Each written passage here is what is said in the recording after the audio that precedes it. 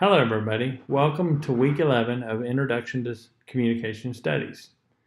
I'm going to be trying a different format for recording the video. I got a new laptop and I'm trying to see if its video camera is going to be quality enough. The old one wasn't.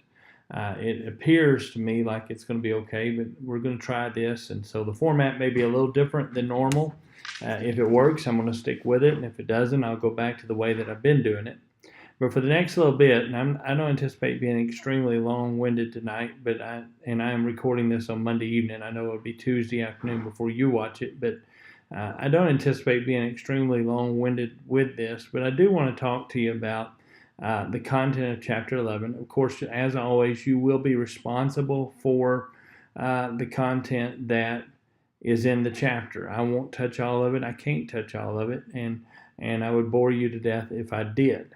And I'm certainly not going to just read from the chapter. And so we're going to talk through some of the important things that are in the chapter, and then we will proceed from there. So chapter 11 deals with mass communication. And mass communication is a form of communication through which institutional sources, this is the way your book defines it, institutional sources address large, diverse audiences whose members are physically separated from one another. That's mass communication. It's not the same as having a speaker in an auditorium addressing a large crowd. It's a whole different dynamic. You have a source that is institutional, complex, and is broadcasting to an audience that is diverse, that is physically separated from one another. That's mass communication. In the communication field, we tend to differentiate between old media and new media. Old media refers to traditional forms of mediated communication, things like television, radio, newspaper, books. Those are old media. New media refers to digital communication technologies, things like YouTube, Facebook, Twitter, Twitch, whatever, Instagram, whatever form of new mediated communication you may use.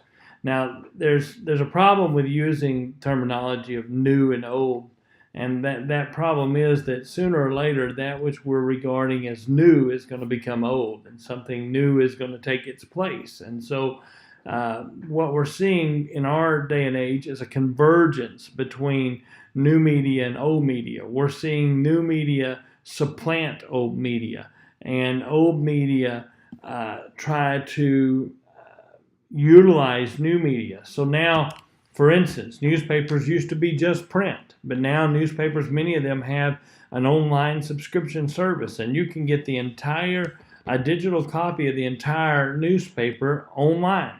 And so that's what I'm talking about, converging technologies. When we talk about old media and new media, it's easy to make a distinction between them, but the further we go, the less easy it is going to be to make that distinction. And very soon there will be a new kind of new media, and what we're calling new media will be old media. And so it's an ever-changing environment. For the purpose of this discussion, let's talk about some of the characteristics of traditional mass media messages. First of all, when it comes to traditional mass media, the source is a complex, for-profit organization. It's a collection of individuals working together. Everybody has a different skill set, a different job, a different technological responsibility, and they all work for a corporation that exists for a profit. And so that profit has an impact on the message.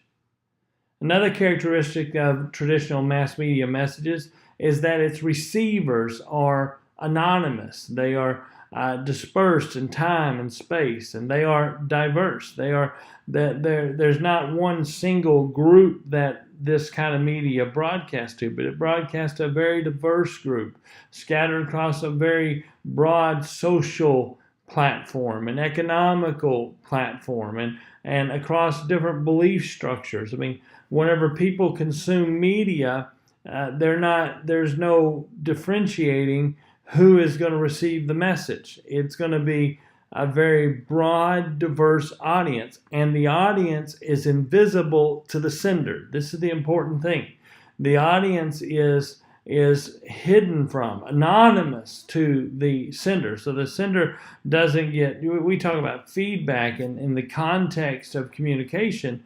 In mass communication, there is absolutely no immediate feedback. Now, you can get letters to the editor, and you can get other forms of feedback, critical reviews, but by and large, as the media is crafting the message, they're crafting a message for an audience that they can't see, that they have no ability to receive any kind of feedback from that audience. And finally, traditional mass media uses indirect, specialized channels. It takes certain kinds of technology to broadcast it, certain kinds of technology to receive it. And so those channels help shape the message that is being broadcast in traditional media. So when we talk about traditional mass media, we could be talking about television, or we could be talking about newspapers or books or magazines, a whole variety of things. Well, the print technology of a magazine or a newspaper or a book has different limitations than the broadcast technology of television or movies. And so what we are able to do and say and how we're able to say it is limited by that channel. A print channel is completely different than a video channel. A video channel, you don't just tell people, you can show people. But in a print channel, you can only tell, and you have to use more descriptive language. And then on the receiving end, I can broadcast all the video I want to broadcast, but if you don't have some way to receive that, interpret it, and display it, it does you no good. And I can print all the ideas and opinions I want to print, but if you can't read it, if you don't have the ability to read, then you're limited in how you can receive that media. So it uses indirect, specialized channels that help shape the flow of the information. The first function of mass media is surveillance. It gathers information and disseminates information. Media is a watchdog. It hones in on discrepancies and stories, and it'll push to try to get an expose. That's how they get their viewership.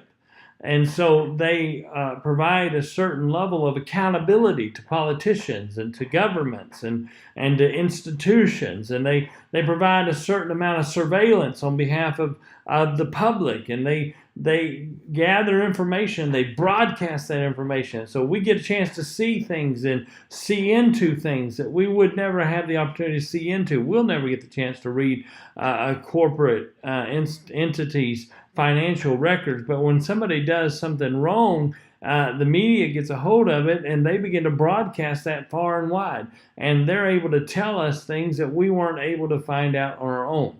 That's the surveillance function of media.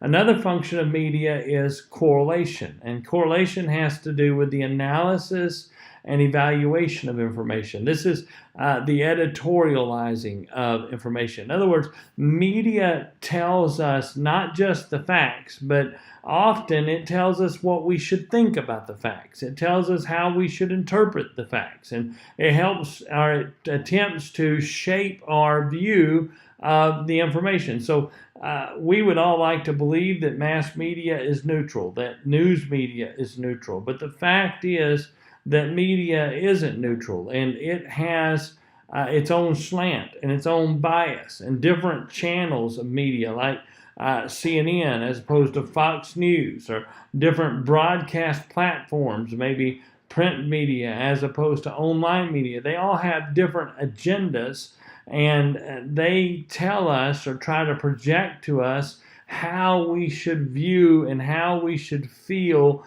about the information that they're giving us. It used to be that editorializing was something that only took place on the editorial page or in certain editorial news shows. But now media entities are taking sides in political conflicts, and they are broadcasting unashamedly a biased view of the news they are telling us or attempting to tell us what we should think about what they're telling us or what they're portraying to us.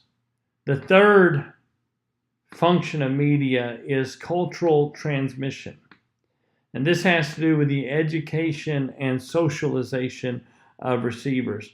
Media decides what you hear, what you see, what you watch, and those complex for-profit entities that drive mass media are determining what kind of media you're receiving.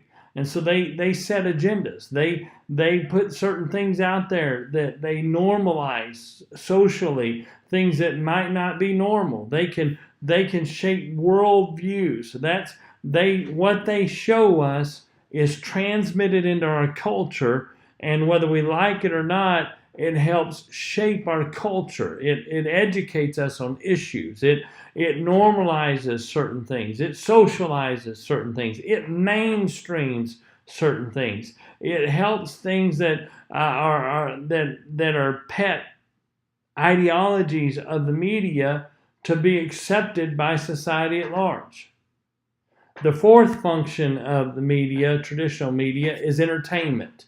It provides an escape from everyday life. It gives us a chance to put our mind in neutral and enjoy something or get some gratification from something or just relax and listen to something.